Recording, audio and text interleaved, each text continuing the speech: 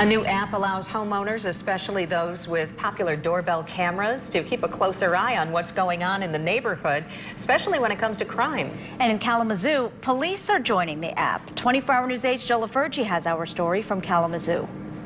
The app, which has already proven successful in neighborhoods like Oakland Winchell, is moving the old neighborhood watch concept into the 21st century. In the past, it was the neighborhood watch, vigilant residents who kept an eye out for anything suspicious, who helped keep neighborhoods safe.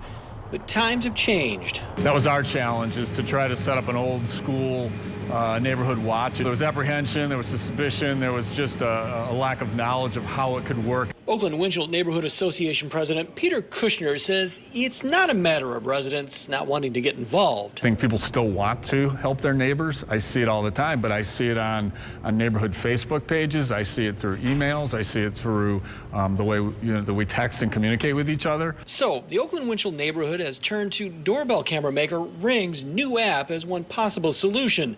The app, which can be downloaded regardless if you own a doorbell camera, allows neighbors to share real-time information and images. And now Kalamazoo Public Safety has signed on to the app. It's a virtual neighborhood watch is what it is. KDPS is believed to be one, if not the first police agency in West Michigan to monitor the app. You can access and see what your neighbors are posting, what's going on in your neighborhood. You can comment to the post.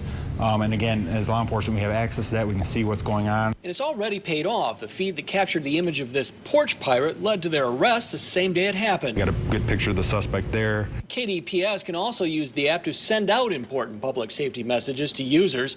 Kushner says he sees the app as a way to bring neighbors together in a digital age. It's tools like this neighborhood, this Ring app is bringing people together, but more in a way that they're used to handling their business. And we have a link to sign up for the app at woodtv.com. In Kalamazoo, Joe LaFergie, 24-hour News 8.